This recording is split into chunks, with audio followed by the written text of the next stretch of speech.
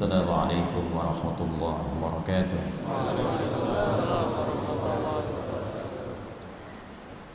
الحمد لله الذي هدانا إلى الإسلام فأصبحنا مسلمين، وغرس في قلوبنا الإيمان فأصبحنا المؤمنين، وأمرنا بالعبادة لنكون من المتقين. فنحمد الله تعالى حمدا كما علمنا أن نحمده، ونشكره شكرا كما علمنا أن نشكره. اللهم أنت المقدم وأنت المؤخر، بيدك الخير إنك على كل شيء قدير. ونصلي ونسلم على أفضل الرسول والأنبياء من المرسلين، النبي الأمين الرسول المبين سيدنا محمد وعلى آله وصحبه وذرياته وأمته إلى يوم الدين. أما بعد، فيا عباد الله، أوصي نفسي وإياكم بتقوى الله، فقد فاز المتقون. فلا تموتن إلا وأنتم مسلمون. فقال تعالى مذكرا بذلك: يا أيها الذين آمنوا اتقوا الله حق تقاته ولا تموتن إلا وأنتم مسلمون. Saudara-saudariku, alhamdulillah, Allah masih memperkenankan kita menjadi muslim yang beriman dan berusaha meningkatkan iman kita sehingga menjadi hamba yang bertakwa dengan mengawali menunaikan salat subuh berjamaah di masjid ini. Orang takwa yang punya iman itu pertama kali disebutkan oleh Allah cirinya gemar menunaikan ibadah dan diawali dengan salat. Disebutkan dalam Al-Quran surah kedua Al-Baqarah ayat kedua sampai dengan ayat ketiga. Dzalikal kitabu la raiba fi hudan lil muttaqin. Muttaqin itu orang takwa. Siapa orang takwa ini? Di ayat ketiganya diberikan ciri, alladzina yu'minuna bil ghaib. Dia selalu memelihara dan meningkatkan imannya di setiap saat. Beda antara amanu dengan yu'minun. Amanu itu fi'il madhi, menunjuk pada sesuatu yang telah didapatkan. Jadi kalau kita telah berislam, telah bersyahadat, dapatkan keislaman kita, maka nama kita kemudian dirubah oleh Allah dari ya ayyuhan nas, hei manusia biasa, menjadi ya ayyuhalladzina amanu, hei orang yang telah memperoleh iman. Disebutkan kalimat ini setidaknya 68 kali dalam Al-Quran. Ya ayyuhalladzina amanu.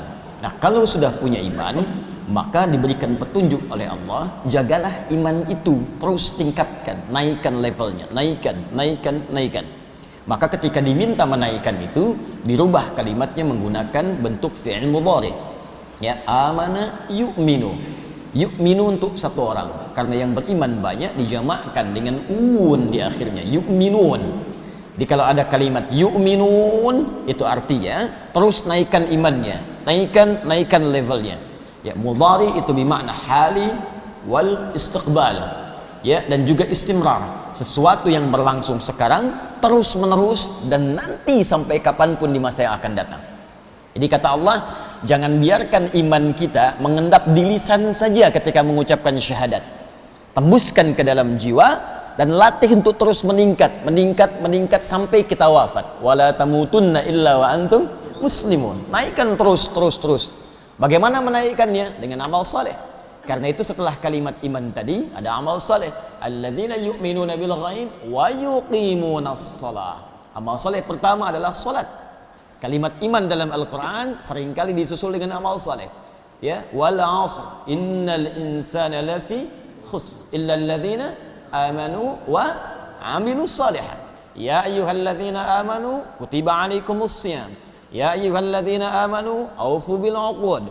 Tapi amal saleh yang paling dasar itu salat. Salat yang paling menentukan apakah baik tidak amalan yang lainnya. Alhamdulillah, kalau baru bangun kita tidur, kemudian dipanggil dengan suara azan, kita respon dengan salat, ini menunjukkan iman kita masih tertanam dalam jiwa. Dan berbahagialah ketika iman itu diwujudkan dalam bentuk salat, terpanggil kita menunaikan salat berjamaah. Berjamaah tingkatnya lebih tinggi dibanding sendirian. Salatul jamaati afdalu min salatil fardi, ya, bi 27 darajah. Salat berjamaah lebih utama dibandingkan dengan sendirian. Pahalanya 27, yang sendirian 1. 1 nilainya 10. Di Quran surah ke-6 ayat 160. Man jaa bil hasanati falahu asyru amthaliha. Siapa yang mengerjakan 1 kali hasanah, perbuatan baik, maka nilainya 10. Salat disebut dengan hasanah. Quran surah ke-11 ayat 114. Aqimis salata tarafain nahar wa zulafan minal lail innal hasanati yudhibnas sayyiat. Tunaikan salat di antara 2 ujung siang sampai dengan ke malam, termasuk subuhnya. Sungguh salat itu jika dikerjakan keseluruhannya, kata Allah, itu namanya hasanat. Bentuk jamak dari hasanah. Setiap perbuatan hasanah disebutkan di Quran surah Al-An'am tadi ayat 160, poinnya 10. Jadi kalau Anda kerjakan sekali salat dapat poin 10. Tapi kalau berjamaah kalikan 27. 270. 270. Masya Allah. Baru bangun tidur, salatnya berjamaah, berarti levelnya naik daripada iman yang standar. Kalau dikerjakan di masjid, di hadis Muslim, baru datang saja belum salatnya sudah mendapatkan 25 poin lagi. Jarak poinnya kata Nabi, 1 ke 2 500 tahun, 2 ke 3 500 tahun, 3 ke 4 500 tahun. Itu belum salatnya. Baru datang, kemudian dia niat untuk ibadah, sudah mendapatkan 25. Nah, saya ingin bersyukur kita semua kepada Allah Subhanahu wa taala. Di antara sekian orang yang hidup di muka bumi, maka kali ini kita diberi kesempatan langsung menunaikan salatnya, pembuktian iman kita dengan cara berjamaah dan ditunaikan di masjid. Maka jaga kemudian level ini, jangan Anda turunkan lagi di kesempatan salat berikutnya. Kadang-kadang subuhnya Allah sudah naikkan ke level tertinggi, zuhurnya Anda turunkan. Kalau subuh bisa berjamaah, kenapa zuhurnya salat sendirian? Kalau memungkinkan kita kejar jamaah, ambil levelnya, pertahankan kemudian. Apalagi tadi diingatkan dengan dibacakan surah Hud, surah ke-11. Tadi imam bacakan dari ayat ke-86 sampai dengan ayat 95. Di situ kita diingatkan oleh Allah Subhanahu wa taala untuk menjaga diri baik-baik. Jangan sampai banyak berbuat salah seperti kaumnya Nabi Nuh, kaumnya Nabi Lut. Kalau ada orang mengingatkan seperti Nabi Syuaib mengingatkan umatnya, maka jangan sampai kemudian kita melecehkan orang yang mengingatkan itu. Dulu para nabi mengingatkan, sekarang ada ustaz-ustaz, ada para ulama, ada kiai, ada habaib. Kata Allah, jangan lihat latar belakang mereka dari status sosialnya. Nabi Syuaib pernah disoal, engkau kan keluarganya keluarga biasa, bukan keluarga terhormat, ngapain mengingatkan kami? Jadi ada orang-orang yang merasa status sosialnya tinggi sehingga tidak butuh dengan peringatan. Itu sudah ada di masanya Nabi Syuaib alaihissalam. Ya, apa yang terjadi kata Nabi Syuaib? Maka siapa yang lebih tinggi dibandingkan dengan Allah? Allah yang menitipkan padamu kekayaan, Allah yang menitipkan padamu kedudukan. Allah mengutus aku untuk mengingatkan kau bagaimana cara menempatkan kedudukan dan kekayaan itu sesuai dengan perintah Allah Subhanahu wa taala. Maka jika Anda menyoal saya, kata Nabi Syuaib, maka sama dengan Anda menyoal Allah Subhanahu wa taala, karena Allah yang mengutus saya. Karena itu teman-teman sekalian, diingatkan dalam ayat tadi kepada 2 hal. Pertama, kepada setiap pendakwah, ya, juga kalangan ustaz, para ulama, para habaib, para kiai, untuk memperbaiki niat, untuk meniatkan ikhlas karena Allah Subhanahu wa taala. In uridu illa al-islah wa ma taufiqi illa billah, di ayat 88-nya. Kata Nabi Syuaib di lisannya alaihi salam, tidak ada niat dari setiap orang yang mengajak untuk mendekat kepada Allah kecuali niat utamanya islah. Ikhlas karena Allah untuk memperbaiki diri dan memperbaiki umat. Arahkan kepada umat. Ya, bukan datang kemudian untuk mengajar mengharapkan status sosial, popularitas, cari amplop, cari jamaah dan sebagainya. Perbaiki niat. Karena itu antum dorong ustaz didoakan. Doakan para ustaz, doakan kami, doakan saya supaya ikhlas, ya, tidak fokus pada urusan dunia, hanya berlomba cari jamaah, cari popularitas, ya, mencari materi dan sebagainya. Ikhlas, mintakan. Demikian juga dengan antum, islah itu artinya, ya, wazannya bukan dari salaha, tapi aslaha yuslihu. Kalau salaha sudah baik, tapi kalau aslaha selalu berusaha baik. Aslaha yuslihu, selalu berusaha baik. Jadi usahakan, kata Al-Quran, setiap ada waktu berganti lebih baik daripada sebelumnya. Coba cek yang kemarin, ya, antum jamaah berapa kali kemarin? Dari sholat 5 waktu ukur, subuh, zuhur, asar, maghrib, isya. Subuh jamaah enggak? Ya, zuhur jamaah enggak? Sampai dengan asar, maghrib, isya. Kalau tahu kemarin dari 5 waktu cuma 3 yang jamaah, maka sekarang siapkan 5-5-nya jamaah. Lebih baik daripada kemarin. Kemarin baca Quran berapa ayat? 2 ayat, 3 ayat, 1 halaman, 2 halaman. Lebih baik daripada kemarin. Kemarin 1 ayat, sekarang 2 ayat. Kemarin 1 halaman, sekarang 2 halaman. Jadi kalau Allah berikan sekarang untuk memperbaiki yang kemarin, belum dimanfaatkan juga, Anda butuh berapa hari lagi untuk bisa merubah diri lebih baik. Karena perlombaannya semakin hari, itu semakin ketat Pak, Bu. Ini sekarang saya perhatikan ada peserta karantina aja, umurnya masih muda. Anda bayangkan dalam 11 hari, dia sudah menghafal 24 juz. Anak masih muda. Ada anak 9 tahun, 10 tahun, 16 tahun, menghafal Quran, berusaha untuk mendapatkan Quran, untuk bekal menghadap kepada Allah Subhanahu wa Ta'ala. Dia berjuang 11 hari, dapat 24 juz.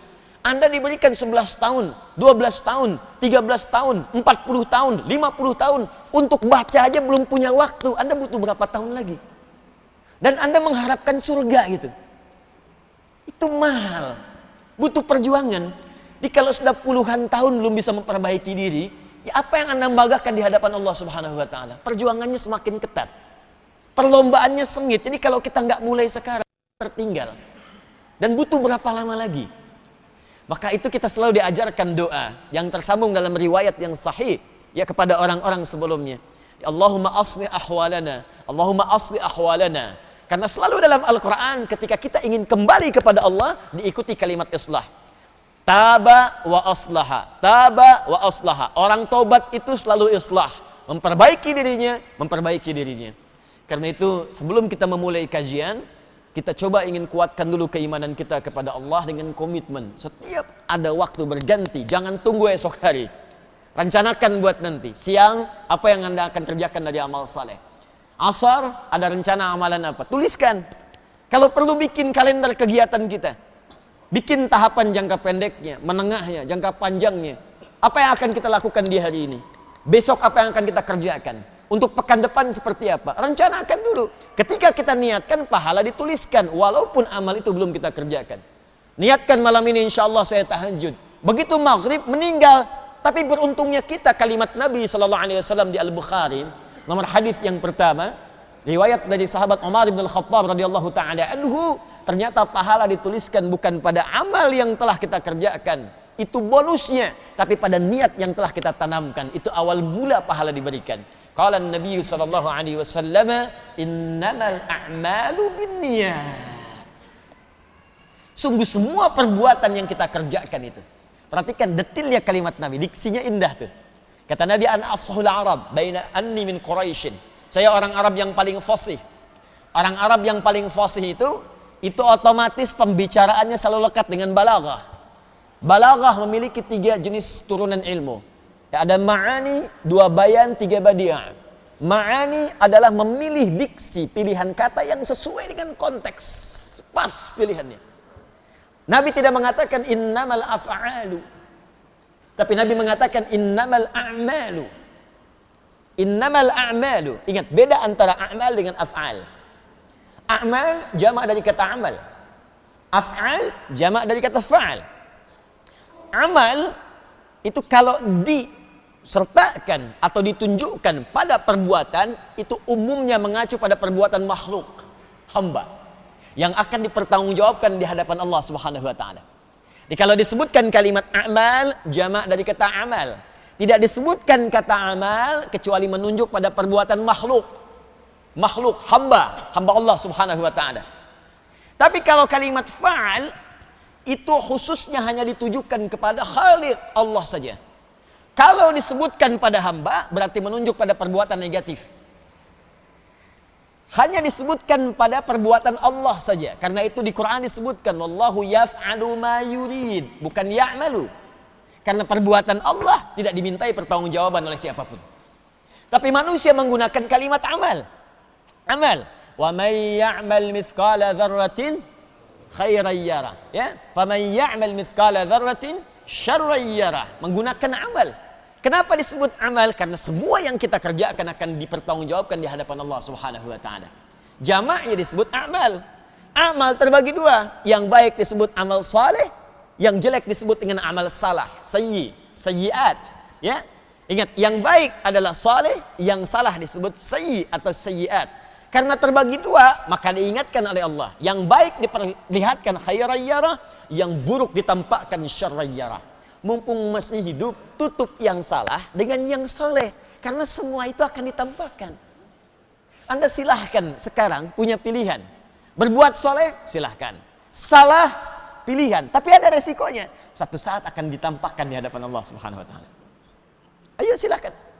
Mau maksiat di kantor, di kamar sendirian, di ruangan yang tertutup. Sekarang merasa aman, besok nampak.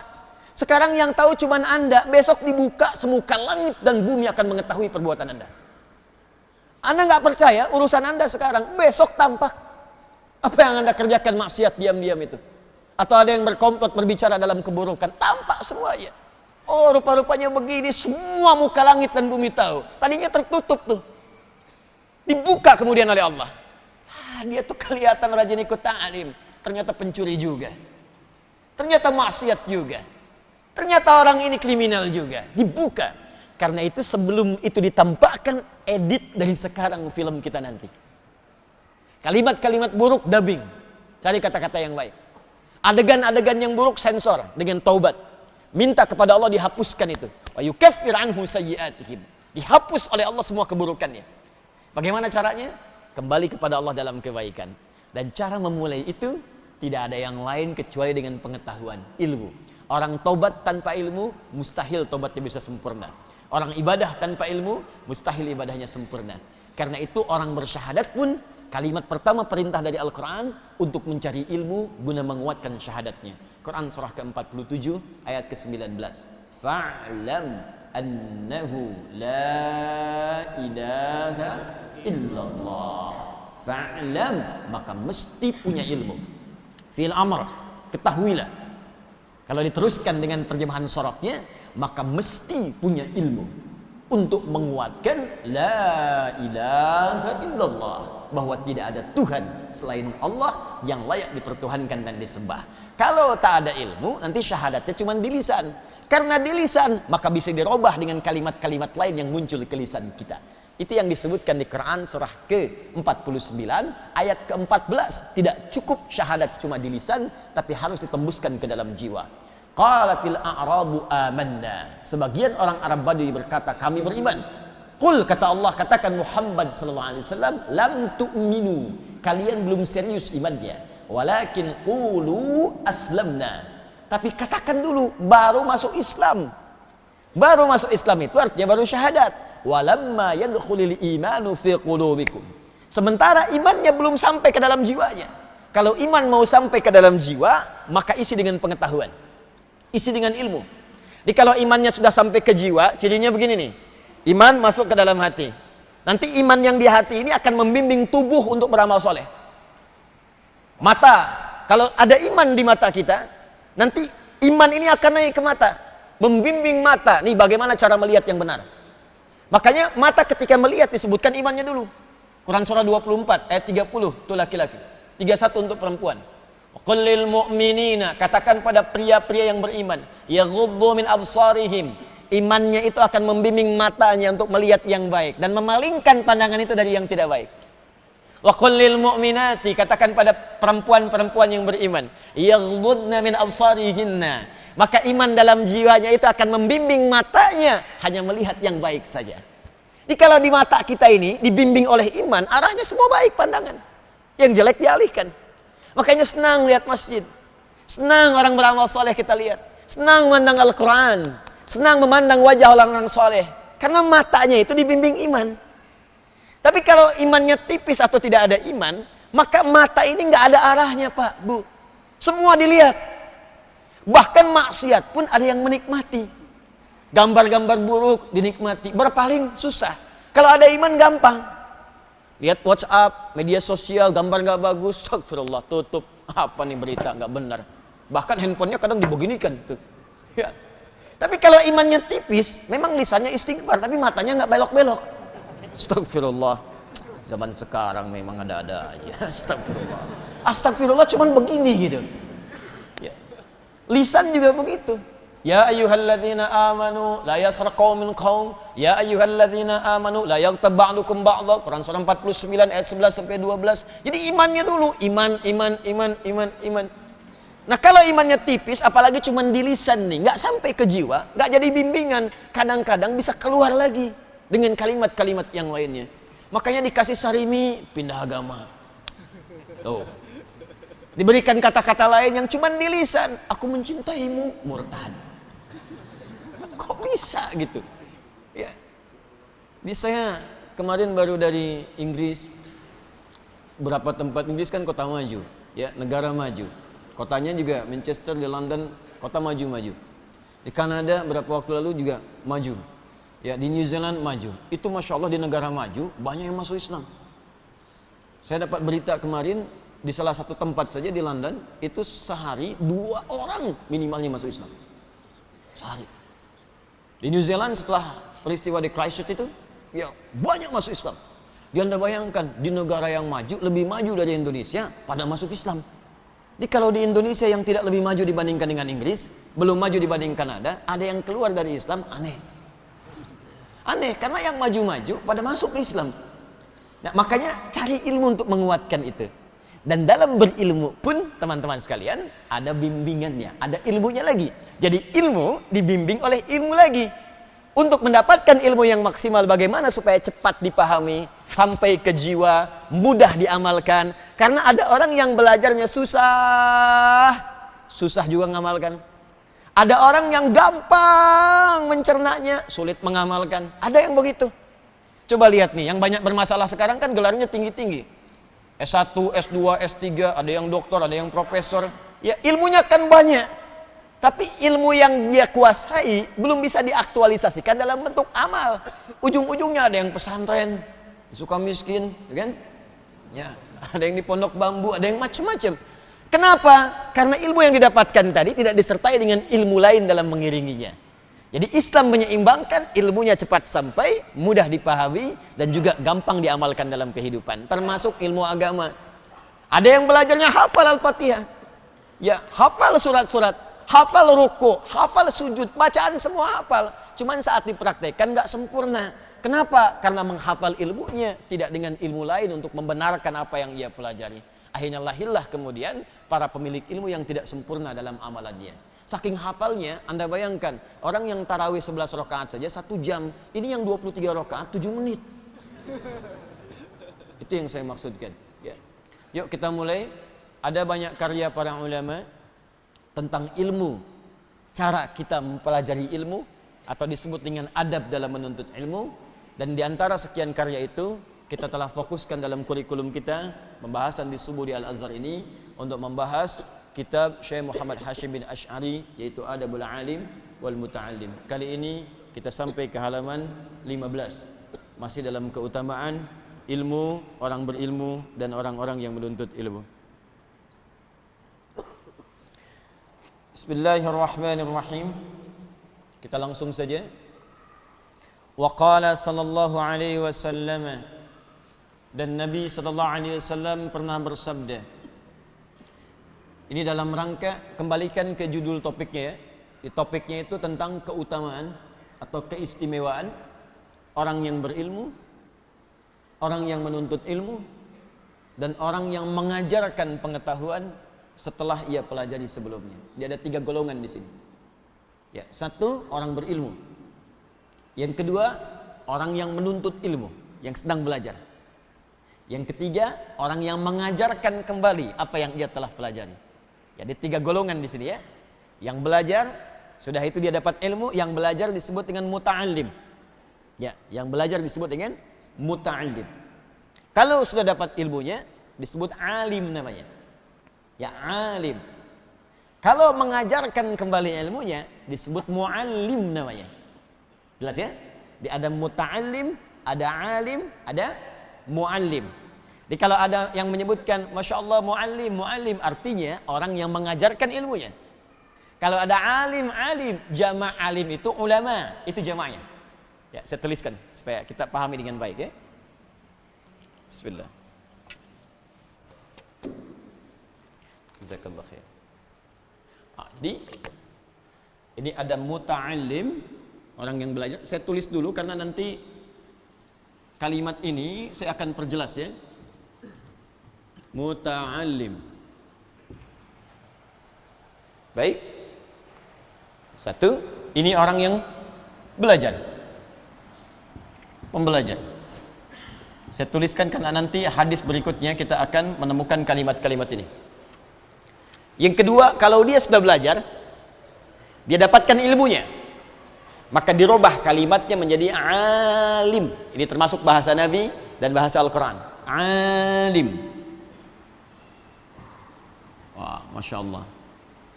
Awas, saya ingin luruskan dulu ya. Nah, ini berarti orang yang punya ilmu, pemilik ilmu.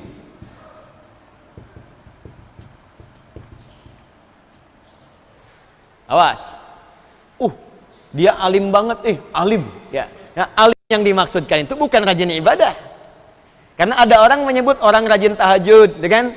Orang rajin puasa, rajin baca Al-Quran, terus disebut dia orangnya alim, gitu kan? Nah, alim di sini, kalau dalam pengertian bahasa Arab, bukan itu yang dimaksudkan. Jadi awalnya yang dimaksudkan bukan orang yang senang ibadah, bukan.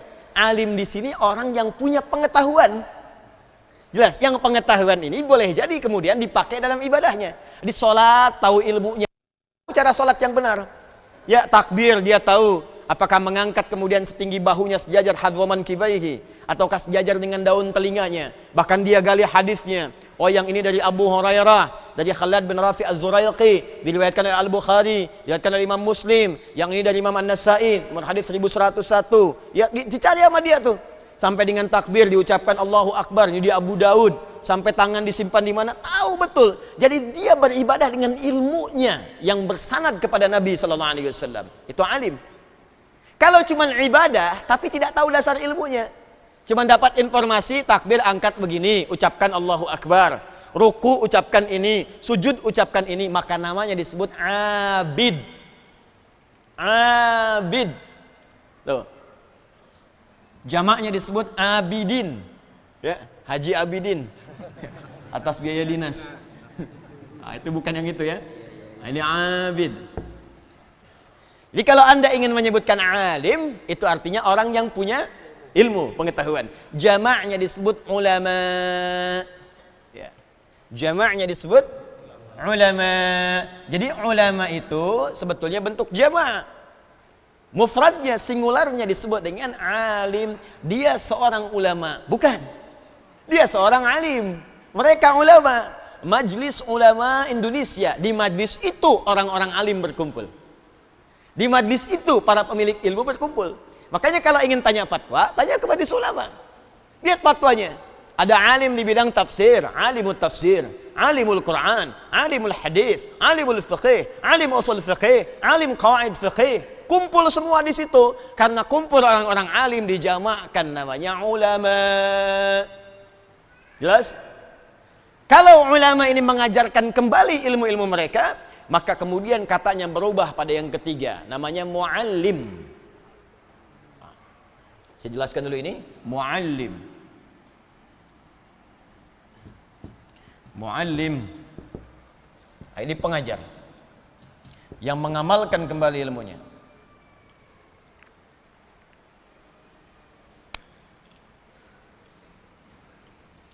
Jadi di bab ini Syekh Hasim ya, ingin menampilkan tentang pujian-pujian Nabi sallallahu alaihi wasallam, tentang keistimewaan khususnya 3 golongan ini. Nanti kita temukan ada yang keempat, nanti kita akan lihat ya. Teman-teman, jadi oleh Nabi orang-orang yang senang belajar, orang-orang yang telah tahu pengetahuan, dan orang-orang yang mengajarkan pengetahuan itu oleh Nabi diistimewakan dibandingkan dengan kalangan-kalangan biasa. Jadi kalau Anda masuk satu di antara 3 ini, atau nanti ada golongan yang keempat menjadi bagian dari ini, maka berbahagialah karena Anda termasuk golongan yang dipuji dan diistimewakan oleh Nabi SAW. Jadi kalau yang muji Adi Hidayat, jangan bangga dulu. Jangan bangga dulu. Karena boleh jadi menurut ukuran ustadz lain, apa yang disampaikan seorang Adi Hidayat bisa berbeda. Tapi kalau yang memuji Nabi, seorang manusia mulia, yang bahkan langsung dipuji oleh Allah, wa innaka la'ala khuluqin azim, engkau akhlakmu begitu mulia, Ibadahnya luar biasa sampai disebut Ahmad oleh Nabi Isa. Min ba'di ismuhu Ahmad. Quran surah 61 ayat yang ke-6. Ahmad itu kan menunjuk pada sifat ibadah yang tinggi. Ibadahnya. Dari kata hamid. Jadi kalau disebutkan hamid, artinya yang rajin di satu aspek ibadah. Misal, maaf ya, ada orang rajin tahajud. Tapi untuk puasa sunnah belum konsisten. Itu hamid. Tapi kalau orang rajin puasanya, rajin tahajudnya, rajin baca Al-Qur'annya, rajin sedekahnya, maka dirubah jadi bentuk superlatif, sighah mubalaghah. Ya, bentuk mubalaghah, af'al tafdhil untuk menunjuk keutamaan. Dari hamid jadi Ahmad. Ahmad. Kalau ingin menunjuk pada aspek sosialnya, ya, maaf, rajin berbagi, jujur, sabar, tawadhu, rendah hati, ya, maka kalimatnya kalau di satu aspek saja disebut Mahmud namanya. Mahmud. Orangnya jujur tapi kurang sabaran. Jujur iya, sabar enggak. Ya. Misal, itu satu aspek disebut apa? Mahmud. Sabar iya, jujur enggak. Ya, sabar memang, cuman sabarnya dipakai untuk mencuri. Yuk, sabar nungguin orang takbir, begitu takbir ambil tasnya, gitu kan? Ya. Nah, itu satu bagian. Tapi kalau kemudian digunakan pada aspek yang baik seluruhnya dan banyak terkumpul, maka dirubah kalimatnya menjadi bentuk superlatif, sighah mubalaghah. Dari Mahmud jadi Muhammad. Dan Nabi Muhammad memiliki keduanya, Muhammad dan Ahmad. Muhammad disebutkan 4 kali dalam Al-Quran. Quran surah ketiga ayat 144, Quran surah ke-33 ayat ke-40, dan Quran surah ke-47 ya, dengan namanya ayat yang kedua, serta Quran surah ke-48 ayat ke-29. Muhammadur Rasulullah. Dengan Ahmad sekali disebutkan. Jadi Muhammad menunjuk aspek sosial, Ahmad menunjuk aspek untuk ibadahnya, ritual. Dua-duanya sempurna, tinggi, sampai kata Nabi Isa kenapa menyebut Ahmad? Karena Nabi Isa itu punya kemiripan di aspek Muhammad, baik pribadinya, sangat mulia, ajaran kasihnya tinggi. Nabi Isa Al-Masih, Yesus, seorang nabi, manusia, nabi, itu punya kemuliaan, di antaranya sifat kasih sayang yang dalam. Ajaran kasihnya tinggi. Makanya saya sering katakan sebuah kisah, beliau lewat dengan murid-muridnya, begitu lewat kemudian, di samping satu sungai, yang sedang mengalir itu ada bangkai binatang, yang sudah membusuk. Kata muridnya, guru ini bau sekali bangkai ini. Ya, kata Nabi Isa alaihi salam, lihat betapa putih giginya. Kata muridnya, Anda kenapa melihat giginya, bukankah bau busuknya? Kata Nabi Isa, karena manusia hanya mengeluarkan apa yang dipikirkannya. Jadi kalau kita pikirkan baik, maka keluar di lisan kita baik. Tapi kalau kita pikirkan tidak baik, keluar di lisan kita yang tak baik. Di sini ada kata-kata mutiara, kemudian teko hanya mengeluarkan isi tekonya. Dari kalimat ini tadi. Dia Anda bayangkan pada hewan yang telah jadi bangkai pun beliau masih melihat yang baiknya. Ya, dan ada ramalan di kitab sebelumnya bahwa ada nabi yang terakhir akan datang dengan sifat kemuliaan secara kasih dan sosialnya. Dikira beliau nabi terakhir karena punya kemiripan dengan Nabi Muhammad sallallahu alaihi wasallam. Nabi Muhammad jangankan pada hewan, pada tumbuhan. Dalam suasana perang kata beliau, walaupun sedang emosi, jangan cabut tanaman.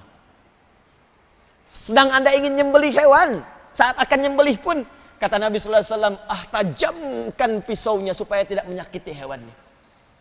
Jadi masih dipikirin hewan itu supaya nggak sakit, supaya nggak menzalimi hewan saat menyembelih. Memang fitrah dia disembelih, tapi bagaimana menyembelihnya supaya nggak zalim, tajamkan. Bahkan dalam menajamkan pun dalam fikih nggak boleh depan hewannya. Sabar ya, tunggu sebentar, nggak sakit kok. Nah, itu nggak boleh. Ya. Itu Anda bayangkan, sifatnya demikian. Makanya kata Nabi Isa, nabi terakhir bukan saya. Ada yang lebih hebat dibandingkan saya. Ada yang lebih mulia dibandingkan saya. Yang tidak akan tertandingnya amalannya oleh nabi-nabi sebelumnya. Dialah Ahmad, menunjuk pada aspek ibadahnya kepada Allah. Tafsir paling baik di Al-Bukhari tentang kalimat ini. Nomor hadis 2008 sampai 2010. Khususnya dari hadis riwayat Sayyidah Aisyah radhiyallahu taala anha. Ketika ditanya oleh para sahabat, "Kaifa kanat salatun Nabi sallallahu alaihi wasallam?" Bagaimana sifat salat Nabi khususnya di salat malamnya? Kata Sayyidah Aisyah kalimat pertamanya, "La tas'al an husnihinna wa tulihinna." Kalimat pertamanya. Jangan tanyakan bagaimana panjang dan bagusnya, susah diikutinya. Nekat diikuti kemudian harinya. Ya. Ada Hudzaifah al-Yamani. Ya, ada Abdullah bin Mas'ud, ada Ubay bin Ka'ab. Datang mengikuti Nabi. Allah memang enak. Salat di belakang Nabi. Satu rakaatnya 100 ayat Al-Baqarah. Ya, kata Abdullah bin Mas'ud, nikmat sekali ini. Dikira akan ruku nyambung sampai selesai. 286. Dikira akan ruku nyambung Ali Imran 200 ayat. Dikira akan ruku nyambung An-Nisa 176 ayat. Rakaat pertama 5 juz 4 halaman. Baru ruku. Besoknya nggak ikut lagi. Tapi ini menunjukkan kemuliaan yang paling tinggi. Dan manusia yang mulia ini, Nabi yang paling tinggi ini, yang paling istimewa. Anda bayangkan, Nabi yang dipuji oleh semua Nabi-Nabi sebelumnya. Disebutkan isyaratnya oleh lisan Nabi Ibrahim dan Nabi Ismail. Quran surah kedua, ayat 129. Disebutkan isyaratnya lewat lisan Nabi Isa. Quran surah 61, ayat yang ke-6. Disebutkan nasabnya sampai dengan Nuh, nasab kenabiannya. Kerasulannya sampai Nabi Nuh alaihissalam. Quran surah keempat An-Nisa ayat 163. Nasab kerasulannya disebutkan, nasab kenabiannya disebutkan, nasab kemanusiaannya sempurna dari beliau sampai Nabi Adam alaihissalam. Mukjizat pertamanya ketika lahir, nasabnya sempurna semua. Keluarganya sempurna dari Quraisy. Kalangan baninya Bani Hashim, kalangan terhormat. Anda bayangkan, dia orang nggak bisa nyoal. Nggak bisa seperti Nabi Syuaib tadi, kamu siapa? Status sosialnya begitu. Nabi Muhammad nggak bisa disoal. Karena status sosialnya tinggi, Quraisy orang paling fasih dan terhormat. Bani Hashim kalangan paling dihormati. Nasab nyampe ke Nabi Adam secara manusia. Muhammad bin Abdullah, bin Abdul Muttalib, bin Hashim, bin Abdul Manaf, bin Qusay, bin Murrah, bin Kilab, bin Ka'ab, bin Ghalib, bin Fihir, bin Malik, bin Nadar, bin Kinana, bin Khuzaimah, bin Mudrika, bin Ilyas, bin Nizar, bin Mudar, bin Ma'ad, bin Adnan, bin Addi, bin Adri, bin Muqawwam, bin Nahur, bin Tarikh, bin Ya'rub, bin Yasjub, bin Nabit, bin Ismail alaihissalam, bin Ibrahim alaihissalam, bin Azar atau bin Nahur, bin Abir, bin Kinan, bin Arfakhshad, bin Sam, bin Nuh alaihissalam, bin Mihlail, Matushala, bin Kinan, bin Anwas, bin Tis, bin Adam alaihissalam. Nasab Rasulnya sempurna. Inna auhayna ilaika kama auhayna ila Nuhin wan nabiyyina min ba'di. Quran surah 4 ayat 163. Di kerasulannya sempurna, kemanusiaannya sempurna, keluarganya sempurna, kabilahnya sempurna, akhlaknya sempurna, ibadahnya sempurna. Dan manusia yang sempurna ini dengan izin Allah Subhanahu wa taala bahkan dijamin surga sebelum wafatnya. Turun satu surah. Ketika turun Nabi tersenyum. Ditanya oleh sahabat, "Lima tabassamta ya Rasulullah?" Kata beliau, barusan turun, Bismillahirrahmanirrahim. Inna a'tainakal kautsar. Fasalli li rabbika wanhar. Inna syani'aka huwal abtar. Sungguh kami telah siapkan untukku kenikmatan yang paling banyak di surga. Saking banyaknya, kata Allah, kami akan berikan sampai engkau puas. Wala sawfa yu'tika rabbuka fatarda. Padahal kaidah nikmat itu kalau diberikan gak ada yang puas. Nikmat itu begitu. Kalau diberikan nikmat, gak ada yang pernah puas.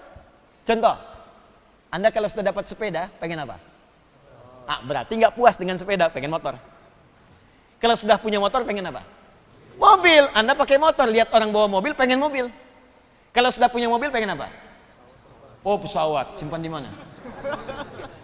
Nikmat tuh begitu. Nikmat tuh kalau sudah dapat, pengen lagi. Sudah umroh, pengen haji. Sudah haji, pengen haji lagi. Ya, sudah nikah, ya pengen punya anak. Yang ini bu, yang ini bu. Ya, kalau suami ibu ada jajaran ini berarti ini nih. Ya, selalu begitu, naik. Tapi di surga, ya begitu kita pengen anggur, ada anggur. Pisang, ada pisang. Minuman ini datang semuanya.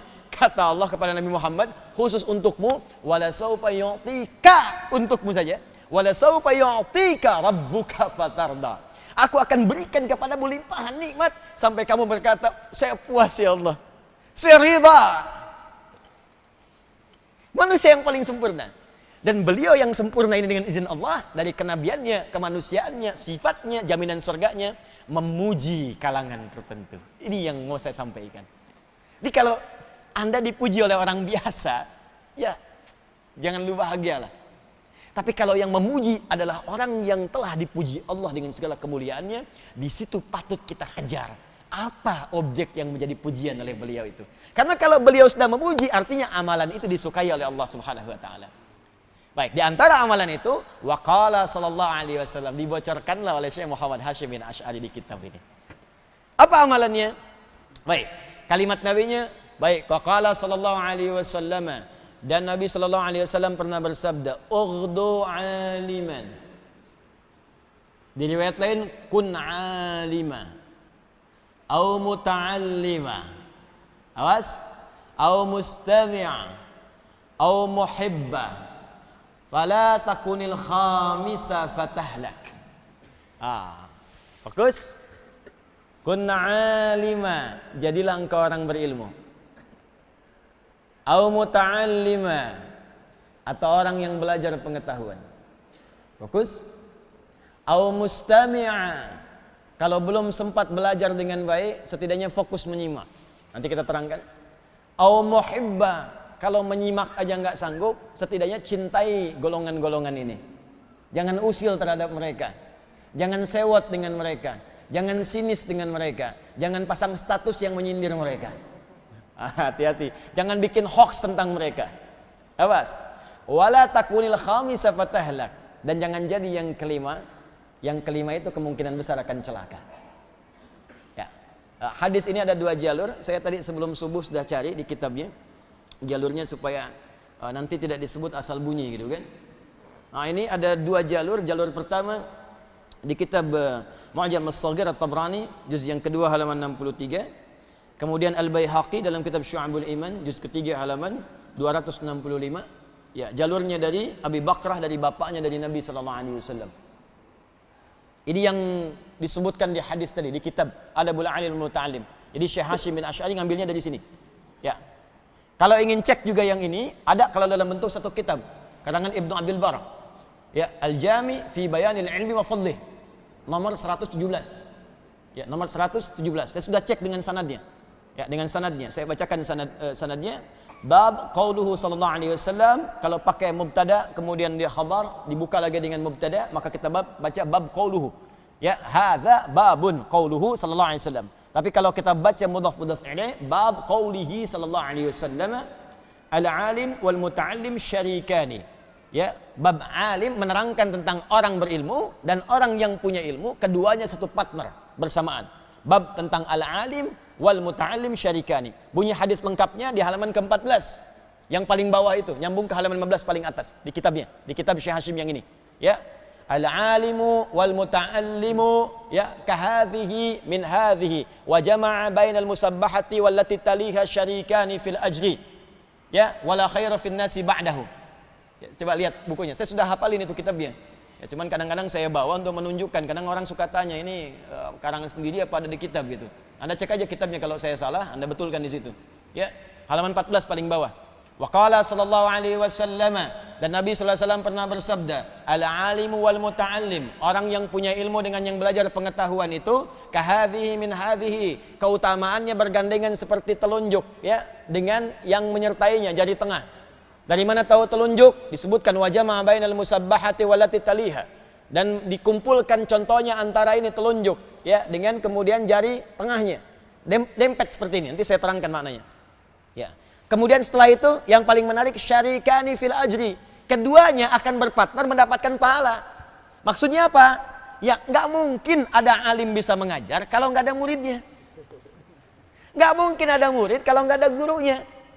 Jadi jadi guru itu jangan sombong juga, kalau nggak ada murid nggak bisa jadi guru. Dan jadi murid pun jangan sombong, kalau nggak ada guru nggak bisa belajar.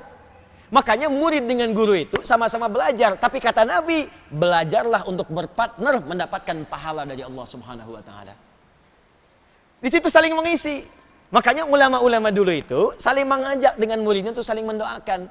Karena kalau dua chemistry-nya udah bagus, murid doakan ulamanya, ulama doakan muridnya, murid doakan gurunya, guru doakan muridnya. Maka betul kalimat Nabi syarikani fil ajri, keduanya berpartner untuk mendapatkan pahala dari Allah Subhanahu wa taala. Guru mengajarkan, dari pengajaran dapat pahala. Murid menerima, mencatat dapat pahala. Mengamalkan dapat pahala. Nanti Anda akan dapatkan hadis berikutnya. Orang yang menulis pelajarannya saat dia belajar, maka setiap tinta penanya akan dihisab oleh Allah Subhanahu wa taala. Seperti darah syuhada dihisab di yaumil qiyamah. Midadal muta'alim wa damu syuhada. Midadal alim wa damu syuhada, di riwayat lain.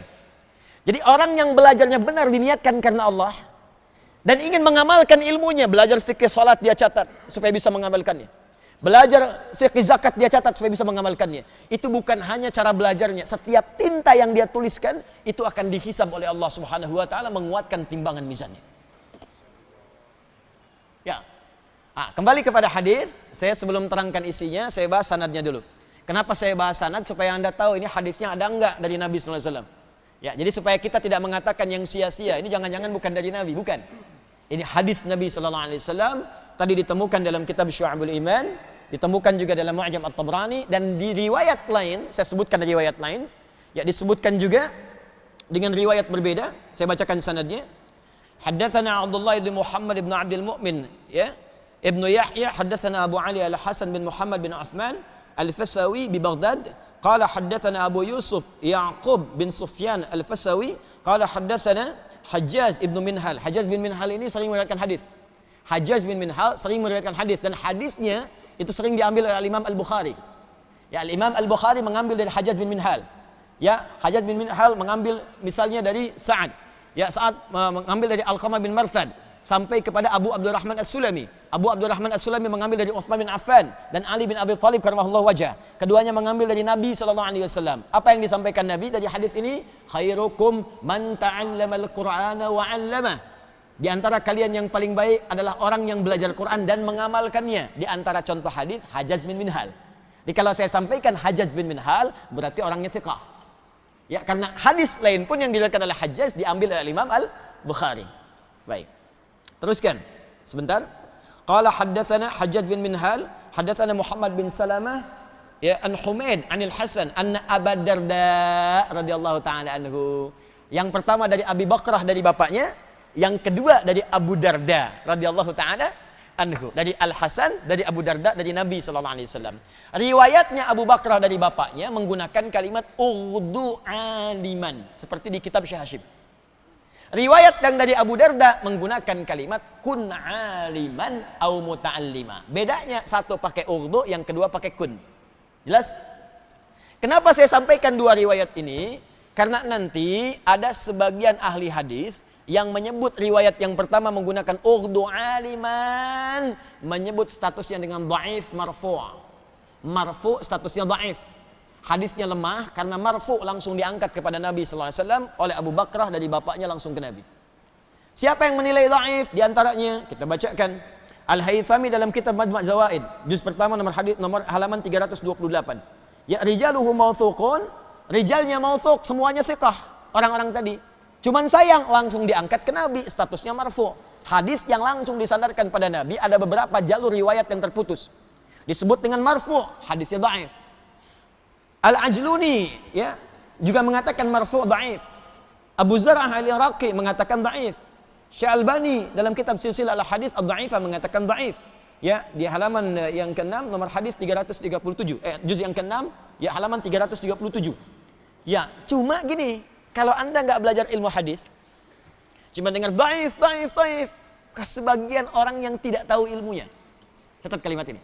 Sebagian orang yang tidak mengerti, nggak tahu ilmu sampai menyimpulkan dhaif, jangan amalkan. Dhaif, tinggalkan. Kita belajar dulu ilmu hadis. Tidak semua hadis yang disebut dhaif itu kemudian langsung kita tinggalkan. Tidak begitu cara memahaminya. Kembalikan ke ilmu hadis, mari kita pelajari hadisnya. Jika ada hadis dipandang dhaif dalam satu riwayat, maka Anda cari riwayat lain. Adakah riwayat lain yang diriwayatkan oleh orang yang lain yang menguatkan hadis itu? Saya ulang. Jika Anda temukan satu hadis, terus menyebutkan dhaif. Kenapa dhaif nih? Karena ada satu rawi yang hilang, nggak ketemu nih. Langsung diangkat ke Nabi. Tiba-tiba dari tabi'in, ya nggak ke sahabat dulu, langsung ke Nabi misalnya. Ya, ada yang hilang.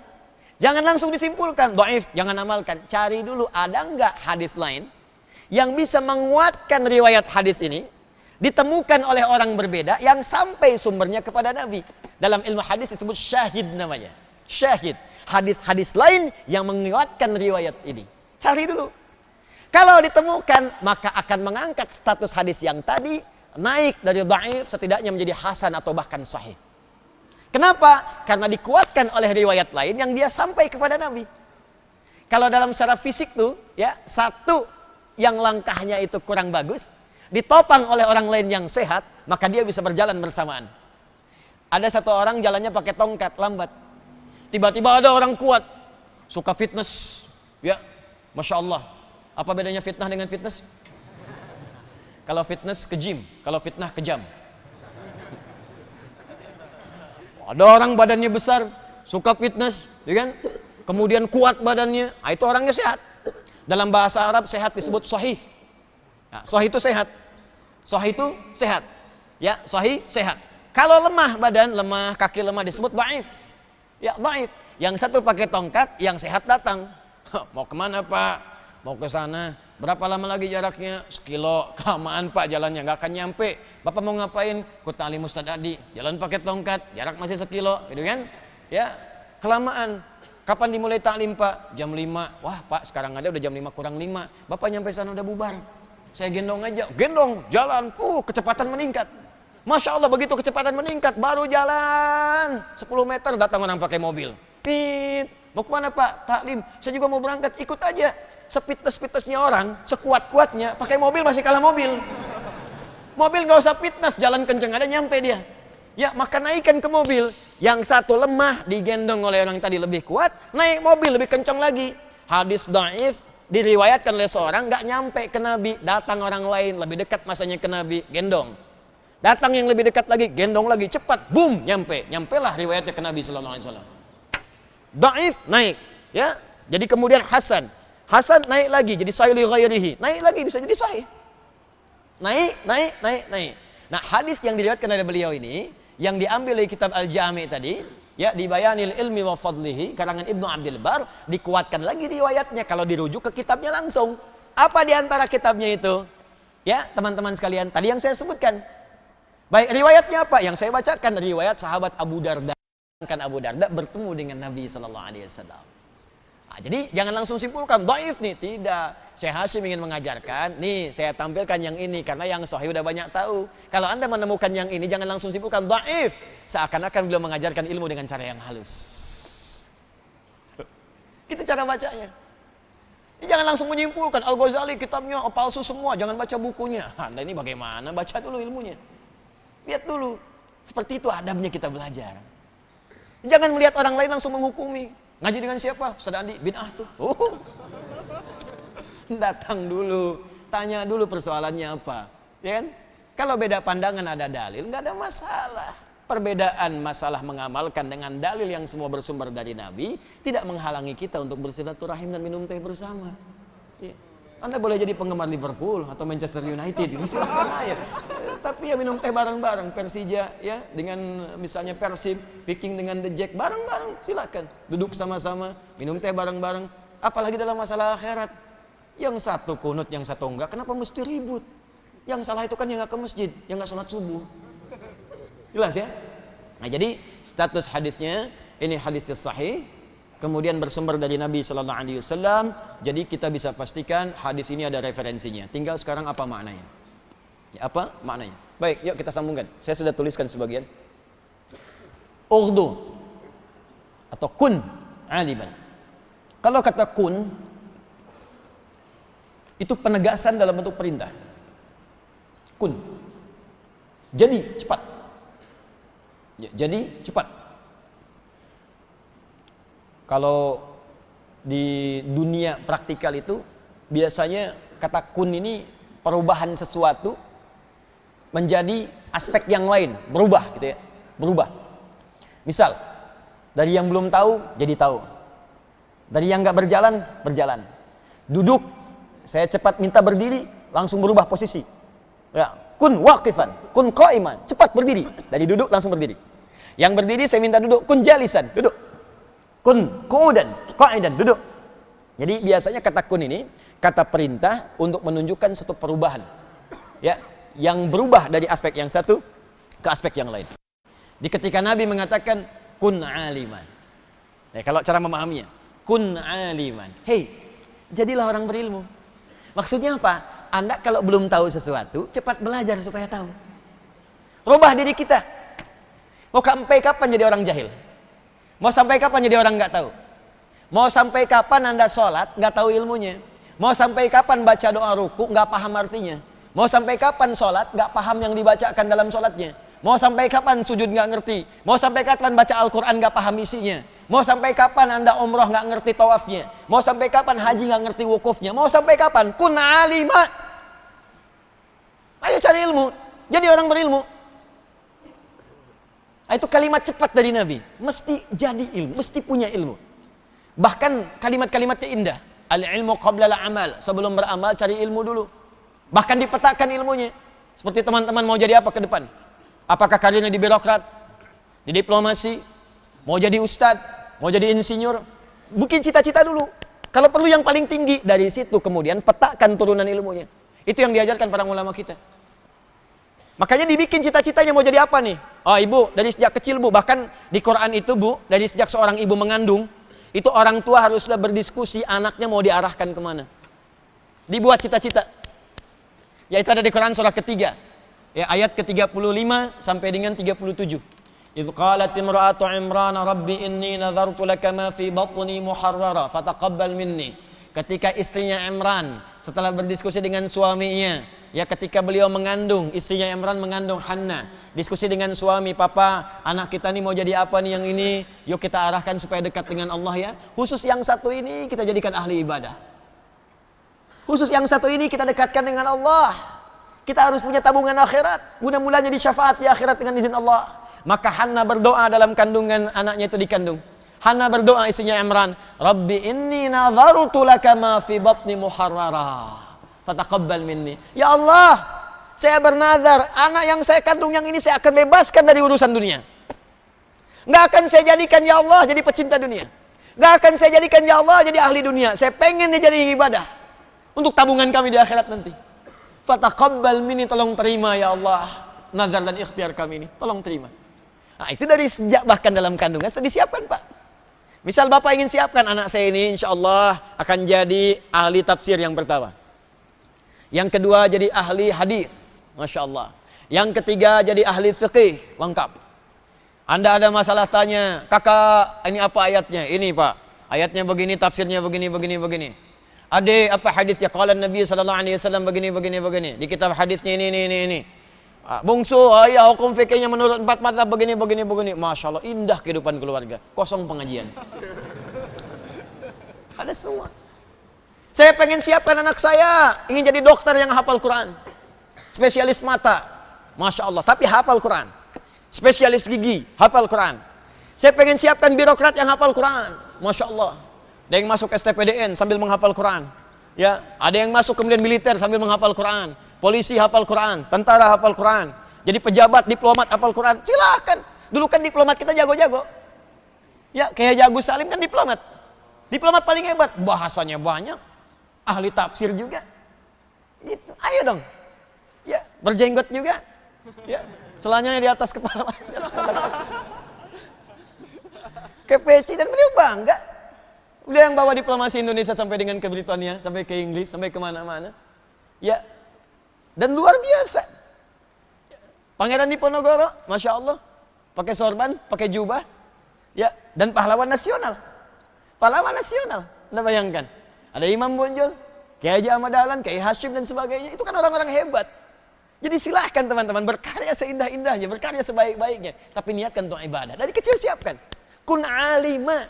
Ketika Anda sudah punya cita-cita, siapkan ilmunya. Karena itu, Hannah tidak mencukupkan dengan berdoa. Anak saya pengen jadi ahli ibadah. Bagaimana caranya? Cari ilmunya. Maka dicari guru yang bisa mengajarkan dia supaya dekat dengan Allah. Dipilih Nabi Zakaria. Wa kafalaha Zakaria. Tempatkan di tempat yang mendekatkan dia dekat dengan Allah. Dibikin mihrab. Ya. Fataqabbalaha rabbuha biqabulin hasanin. Wa ambataha nabatan hasana. Wa kafalaha Zakaria. Kullama dakhala alaiha Zakaria al-mihrab. Gitu caranya. Jadi kalau Anda sekarang ingin dapatkan misalnya, anak saya pengen jadi dokter yang hafal Quran. Apa tingkat paling tingginya? Oh, dia masuk UI, masuk Undip. Oh, sekarang tapi kan baru lahir. Ya, baru lahir. Siapkan dulu. Oh, kalau lahir dari kecil bacakan Quran dulu. Beli speaker aktif, bacakan. Setiap 1 bulan 1 juz, 1 juz, 1 juz, 1 juz. 30 bulan 30 juz. Anak ini sudah mendengar 30 juz. Dan seorang bayi yang terlahir fungsi pendengaran itu yang paling utama dibandingkan penglihatannya. Begitu 30 bulan sudah mendengar 30 juz, kata para pakar dia hanya membutuhkan 6 bulan untuk hafal 30 juz sempurna. 3 tahun hafal Al-Quran. Setelah selesai, mulai berikan pendidikan dini. Sekolahkan, cari KB yang bagus. KB yang mengajarkan dekat dengan Allah. KB yang mengajarkan nilai-nilai kebaikan. Ajarkan akhlaknya, motoriknya, naik ke TK. TK cari SD-nya yang bagus. Ngajarkan sholat qiyam. Kuatkan Qurannya lagi. Masuk pesantren atau masuk sekolah yang lain, dekatkan lagi. Cari yang mendekatkan ke kedokteran tadi. Baru masuk kampus. Jadi begitu masuk kampus, Quran sudah hafal. Fikih kedokterannya sudah paham. Jadi begitu jadi dokter, bukan cuma dokter fisik, tapi juga dokter yang bisa menenteramkan keadaan roh. Karena kebanyakan orang penyakitnya disebabkan karena keadaan rohnya yang gersang dibandingkan dengan fisiknya yang luka. Ya. Bahaya sakit roh itu. Iri hati itu sakit roh. Bukan sakit fisik. Dan gak ada obatnya di apotek. Gak ada poli iri. Poli gigi ada, poli iri hati gak ada. Ya, silakan cek. Poli dan ditemukan. Poli ria gak akan ada. Ya, dok, kepala saya pusing, yang pusing kan fisik. Sakit rasanya. Malam sulit tidur. Gejalanya apa, Pak? Itu gejalanya kalau teman saya beli kulkas baru, pusing saya. Dia bawa pakai mobil baru, pusing saya. Ya, itu nggak akan ditemukan. Tapi karena dokter ini hafal Quran, resepnya Quran surat sekian, ayat sekian. Hadis Nabi SAW, baca. Selesai. Penjelasan apoteknya Masjid Al-Azhar, ustadznya Fulan, datang. Selesai. Ya, saya pernah tanya sama dokter mata, dok, apa ciri mata yang sehat? Kita punya kelas-kelas Quran untuk teman-teman dokter. Kata dokternya, Ustadz, kalau pandangannya jelas, awas, gak pakai alat bantu, sempurna. Dari segi optik, pantulan bayangannya bagus, sempurna. Oh, saya bilang, saya banyak yang temukan begitu. Di masjid juga banyak. Cuman sayang ketika keluar dari masjid, dia gak bisa bedakan mana sendal dia, mana sendal orang. Itu kenapa? Nah, itu urusannya berbeda. Makanya, kun aliman. Jadilah orang berilmu. Anda mau jadi karirnya apa silakan, passionnya apa silakan. Mau dagang, cari ilmu dagang dulu. Pengusaha, cari ilmu dulu. Diplomasi, birokrasi, cari ilmu dulu. Mau jadi ustadz, apalagi? Cari ilmu. Bahkan urusan mau belajar pun cari ilmu. Kun aliman, jadi orang berilmu. Jadi jangan sampai Anda mengerjakan sesuatu, nggak tahu ilmunya, itulah. Bahasa dasarnya demikian. Nah, kemudian redaksi yang kedua, urdu aliman.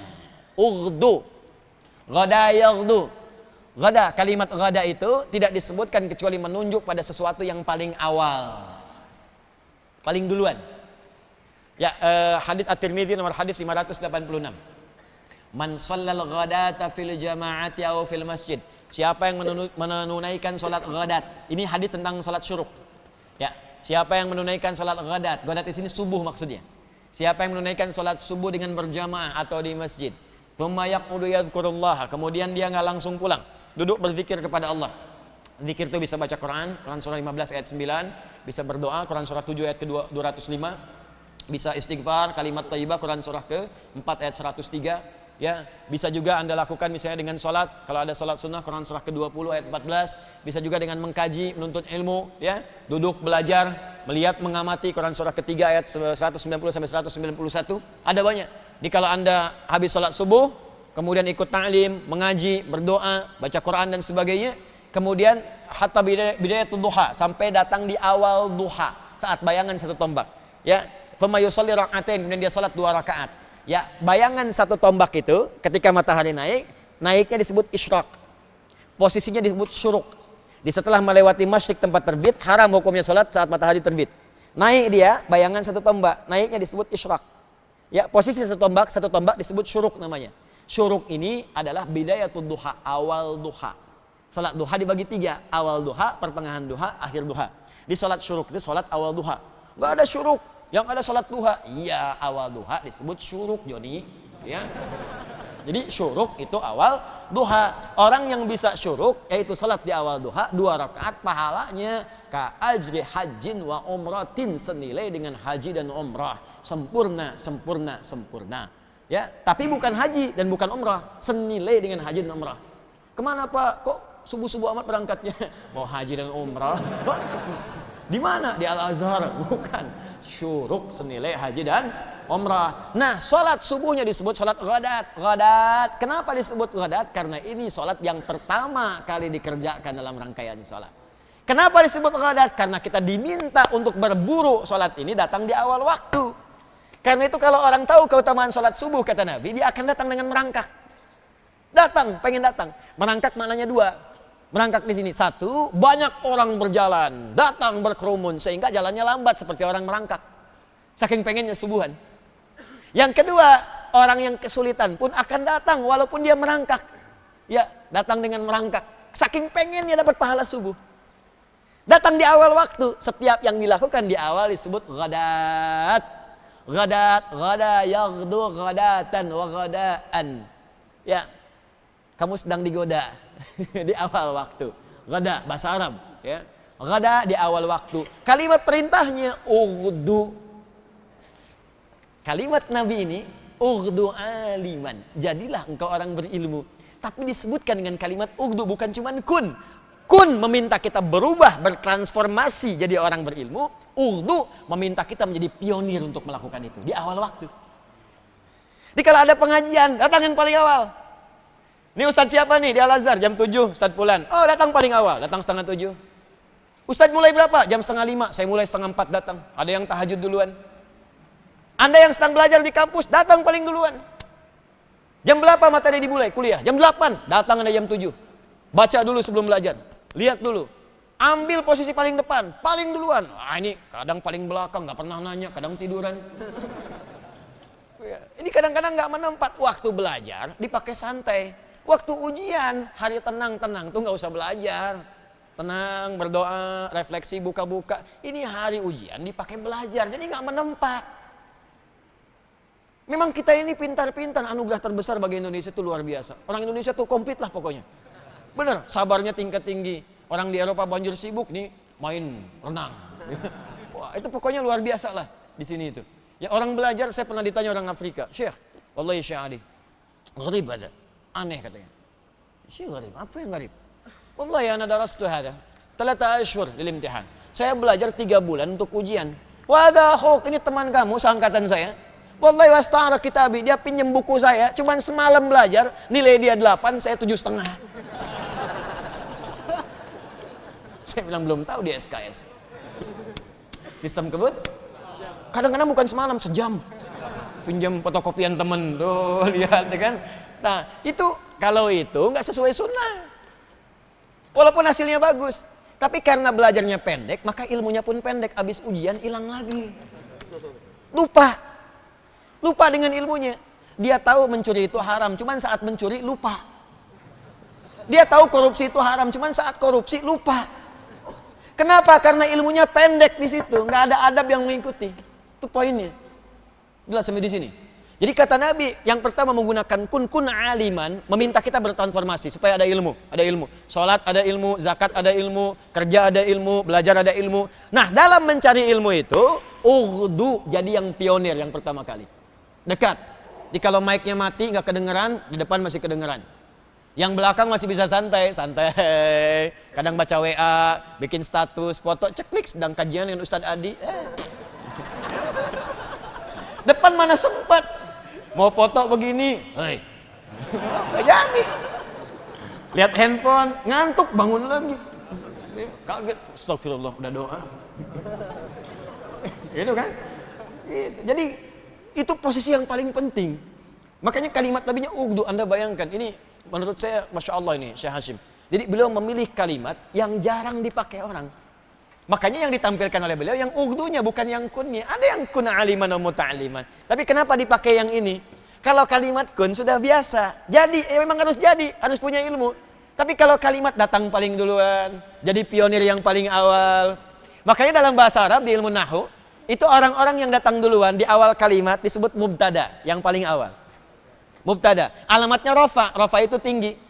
Al-masjidu kabirun, al-masjidu mubtada'un marfu'un, wa alamat raf'i dhammatun zahiratun fi akhirih, ya, wa tanwinu mahdhufun lil hulil alifi wal lam alaihi. Baik, mubtada di awal waktu, kalimatnya rafa itu tinggi. Orang yang datang belajar di awal waktunya akan terangkat derajatnya dibandingkan dengan yang lainnya. Maka turun Quran surah 58 ayat yang ke-11. Yarfa'illahu alladhina amanu minkum walladzina utul ilma darajat. Fa'il, pelaku, alamatnya rafa. Kalau nggak bisa pelaku, naibul fa'il. Makanya muncul setelahnya, ada fa'il, ada naibul fa'il dan setelahnya. Kun aliman, ughdu aliman, au muta'allima.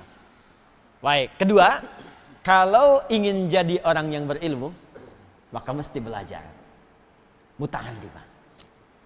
Pertanyaannya, kenapa Nabi menggunakan kalimat muta'allima? Tuh, yang saya tuliskan.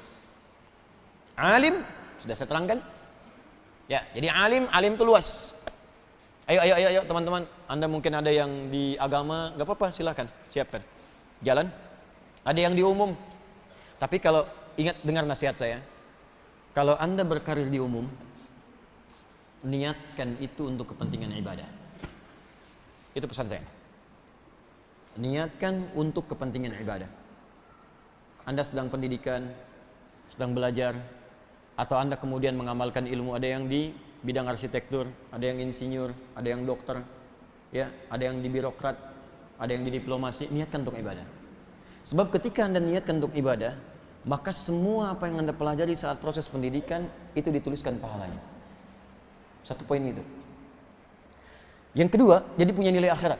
Yang kedua, ketika Anda lulus dan Anda akan beramal, Anda akan langsung mendapat bimbingan Allah supaya menunaikan tugas pekerjaan Anda sesuai dengan koridor dan hukum-hukum Allah. Anda akan dijaga dari perbuatan maksiat. Itu akan menjaga Anda. Jujur akan terus menjaga kita. Jadi maksiat itu dijaga, dijauhkan. Jadi pejabat, Anda diarahkan pada yang benar. Hal-hal yang buruk itu Allah singkirkan. Dikuatkan benar di jiwa kita. Dan yang paling dahsyat, karya yang akan dia buat otomatis menjadi pahala. Contoh, Anda kuliah di salah satu kampus misalnya, apapun itu untuk jadi insinyur. Anda niatkan untuk ibadah, bahkan sambil menghafal Quran, sholat dijaga dan sebagainya. Begitu lulus, Anda bikin jalan. Anda niatkan untuk ibadah, ya Allah, saya niatkan jalan ini yang dibangun memang proyek dunia, tapi niatnya akhirat. Begitu jadi jalannya, saya niatkan untuk ibadah, ya Allah. Tolong jadikan setiap yang pakai jalan ini, ya Allah, berada dalam kebaikan. Begitu jalan itu dipakai oleh orang sholat akan ke masjid, setiap orang yang sholat lewat jalan itu, maka dari setiap orang yang lewat itu Anda mendapatkan bagian pahalanya tanpa dikurangi sedikit pun. Ada orang mau umrah lewat jalan yang Anda bikin, Anda mendapat bagian pahalanya. Anda yang bikin pesawatnya, Anda yang bikin pipa wudhu tuh, pipa keran tempat wudhu, Anda yang bikinnya, Anda niatkan tuh ibadah, dunianya dapat, bayaran dapat, gaji dapat, akhirat pahala dapat. Setiap orang wudhu Anda dapat pahalanya. Apa Anda tidak baca di hadis Muslim? Man dalla ala khair falahu ajruhu mithla ajri fa'ilihi min ghairi an yanqusa min ajri syai'. Siapa yang menunjukkan, memfasilitasi pada kebaikan, dia mendapat pahala yang sama dengan yang mengerjakannya tanpa dikurangi sedikit pun. Allahu akbar. Siapa yang bikin karpet ini? Kalau cuma diniatkan untuk dunia, cuma dapat dunianya. Tapi berapa banyak orang sujud di sini? Siapa yang bikin speaker ini? Ustadz gak punya ilmunya. Fikih speaker ada. Fikih itu penggunaan hukumnya. Yang bikin speakernya gak bisa. Kalau gak bisa bikin, gimana Ustadz teriak-teriak sampai belakang? Nih, kedengaran suara saya, Bu? Belakang, kedengaran? Kedengaran? Tidak. Makanya gak bisa jawab. Kedengaran suara saya? Kedengaran, karena ada ini. Ini wasilah ini. Wasilah, kalau nggak ada ini nggak akan nyampe suara. Ya, kalau nggak direkam nggak akan sampai orang-orang menyimak di luar masjid ini. Maka berbahagialah orang yang bikin video, orang bikin kameranya, orang bikin rekamannya. Kalau diniatkan karena Allah. Pertanyaan saya, Anda selama kerja ini, bahkan ada yang sudah pensiun, diniatkan ibadah nggak? Berapa pahala Anda hilang sama bertahun-tahun? Ini mumpung yang masih belajar. Saya ada yang masih pakai seragam, teman-teman datang belajar, Masya Allah, berbahagialah Anda. Berbahagialah. Nah, kalau Anda sedang pendidikan seperti ini, sedang belajar, atau Anda yang kalaupun sudah tidak berkarir lagi, datang ke masjid, belajar fiqih, belajar hadis, belajar tafsir, maka kata Nabi kalimat yang menggunakan ughdu aliman, au kun aliman, au muta'alliman. Kalau belum sampai pada derajat yang pertama alim, maka yang kedua naiki tangganya. Ini akan punya nilai yang sama dengan yang pertama kalau serius. Muta'allim. Jadilah muta'allim. Jadilah pembelajar. Teman-teman, pembelajar punya dua kata dalam bahasa Arab. Satu, darisun. Dari kata darasa, yadrusu, darsan wa dirasatan, fahuwa darisun. Ya. Orang Sunda biasa mengamalkan kalimat ini. Ayo ngadaras. Ngadaras itu dari bahasa Arab, dari kata darasa. Oh, berarti hujan deras bahasa Arab? Bukan, itu beda. Ya. Itu beda. Banyak kosakata bahasa Arab di bahasa Indonesia, termasuk bahasa-bahasa daerah. Ya. Bahasa Sunda yang bahasa pasaran, betung, ya, perut, batnun, ya, batnun. Dari kata batnun, dari kata perut, batnun. Bahasa Indonesia lebih banyak lagi, musyawarah, bab, gitu kan, lebih banyak lagi diserap. Makanya orang Indonesia kalau belajar bahasa Arab itu akan cepat. Karena hampir 60% kosakatanya, ya saya spesialisasi saya di bahasa. Ya, bahasa Arab untuk mendalami Al-Qur'an. Jadi saya juga mengkaji untuk tafsirnya, ya fikihnya, hukumnya, tapi dasarnya tetap di ilmu bahasanya, karena ini yang paling penting. Nah teman-teman, ternyata 60% di bahasa kita itu rata-rata terambil dari bahasa Arab. Makanya akan cepat, insya Allah akan cepat. Ya, dan itu ternyata bahasa Arab itu termasuk bahasa yang paling gampang tuh dipelajari. Makanya anak-anak kecil di Arab segini tuh cepat tuh, ya. Wah langsung ketemu, cepat sekali. Ya. Ya, burung beo dibawa ke Arab tuh sana, di Mekah tuh bisa tuh. Ya, 2 hari 3 hari ajarin. Kayak haluk ketemu orang Arab, kayak halak.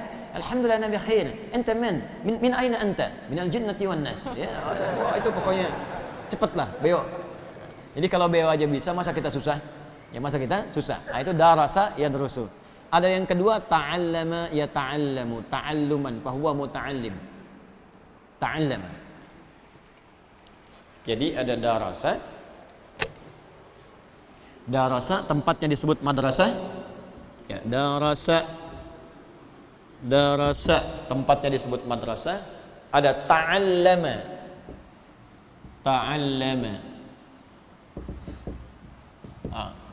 Darasa orangnya daris, yang mengajarnya mudaris, tempatnya madrasah. Baik, yang ini ta'allama, orangnya muta'allim. Jadi asal katanya dari sini. Pertanyaannya, kenapa Nabi tidak mengatakan kun atau ughdu aliman au darisan, tapi Nabi mengatakan kun aliman au muta'allima. Terambil dari kata ta'allama. Kenapa kalimat ini yang digunakan, bukan kalimat yang ini? Apa rahasianya? Itu akan kita kaji di pertemuan berikutnya insyaallah. Masih ada 3 lagi, muta'allima au mustami'ah. Kenapa mustami'ah bukan sami'ah? Kenapa sami'na wa ata'na tapi di sini mustami'ah? Atau yang keempat, muhibbah. Ya, bagaimana ciri-ciri muhibbah itu? Wala takunil khamis. Kenapa bukan yang kelima tidak didapatkan? Dan kenapa di sini tidak disebutkan mu'allima? Alima, muta'allima, au mustami'a, au muhibba, wala takunil khamisa fatahlak. Dan apa yang dimaksud dengan khamisah setelah fatahlak ini? Bagaimana pendapat Al-Hasan? Bagaimana pendapat para ahli fiqih? Dengan pendapat-pendapat yang lainnya, nanti insya Allah kita akan sambungkan di pertemuan berikutnya. Saya coba cukupkan dulu supaya punya waktu untuk sholat syuruq. Ya, karena subuhnya sekarang lebih cepat, 4:06 sudah adzan. Ya, maka syuruqnya pun itu naiklah sekitar 1 jam atau 1 jam setengah. Ya, dari apa yang sudah dilakukan dalam salat subuh, supaya ada waktu kita menunaikan salat syuruq dan persiapan nanti untuk duha pertengahan atau kajian berikutnya. Izinkan saya menyampaikan informasi sebelum saya akhiri. Yang pertama, untuk adik-adik mahasiswa yang sudah diseleksi dan insya Allah akan berangkat ke Sudan, saya sudah siapkan persiapannya. Visa sudah siap, alhamdulillah. Kemudian tiket juga sudah dibeli. Hari Kamis insya Allah Anda akan berangkat, ya. Dan insya Allah sebelum berangkat Anda dan keluarga akan bertemu saya dulu untuk mendapati pengarahan dulu. Insya Allah hari Kamis siang, ya, sebelum taklimnya nanti Kamis siang akan bertemu saya. Dan malamnya Anda sekitar jam 20 lewat 50 atau 10 menit sebelum jam 9 malam, insya Allah akan bertolak menuju Sudan. Ada 25 orang. Dan nanti akan menyusul sekitar 9-10 orang lagi untuk di kampus Tajul Hafidhin. Yang ini akan di kampus Jami'ah Afriqiyah. Amanah saya, tolong siapapun belajar dengan baik, serius, seperti apa yang telah saya ajarkan, supaya Anda pulang jadi ulama. Pulang jadi ulama, berbakti kepada agama, berbakti kepada bangsa, pada negara, buat yang baik-baik, dan teruskan apa yang telah saya bangun. Jika Anda pulang setelah tiada atau saya wafat, Anda teruskanlah. Makanya saya jadikan semua yang telah dibangun itu wakaf untuk umat Islam. Tapi wakaf itu bukan sembarangan Anda pakai. Ya, ada pengurusnya, ada legalnya dan macam-macamnya. Jadi kami sedang bangun pesantren, bangun pusat keislaman, bangun center. Sekarang kita siapkan lahan kurang lebih, kita sedang akuisisi, mudah-mudahan bertahap kita dapati. Ada sekitar 10 hektar yang sedang kita coba akuisisi. Tapi desainnya sudah siap semuanya dan insya Allah mudah-mudahan 3-4 tahun ke depan sudah jadi. Jadi begitu itu jadi, anak-anak ini akan pulang. Ya, ada nanti yang di Madinah sedang kuliah, ada yang Mesir, ada yang di Sudan, ada Istanbul, ada. Jadi saya pengen dari beberapa negara kumpul, kampus-kampus berbeda, supaya nanti ilmunya bisa saling melengkapi satu dengan yang lainnya. Mudah-mudahan mereka nanti akan menggantikan di masa depan.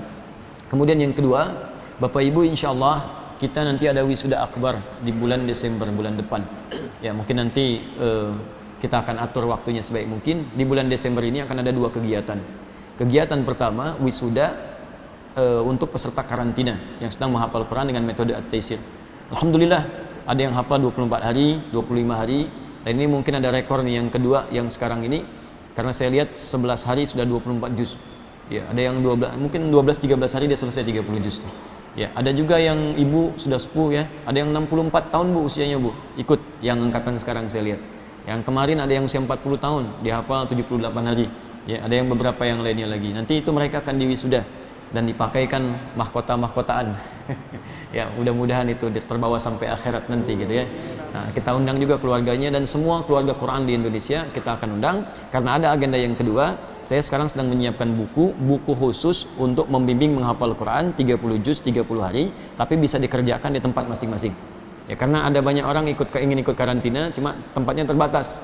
Beberapa tempat, tapi kadang kami siapkan, perbaiki lagi ya, disiapkan sebaik mungkin. Ada yang bertanya, bayar nggak Ustadz? Nggak bayar. Karena untuk urusan Quran saya tidak tidak terkait dengan masalah-masalah materi. Anda hanya memenuhi kebutuhan Anda saja. Kebutuhan makan itu Anda siapkan. Ya, kebutuhan baju Anda cuci dan sebagainya. Hanya itu saja. Pengajarnya saya tidak memperkenankan mereka untuk mendapati apapun. Ya, kita mengharap pahala dari Allah Subhanahu wa taala. Jadi kalaupun ada biaya-biaya itu untuk Anda saja, untuk makan, untuk apa dan sebagainya.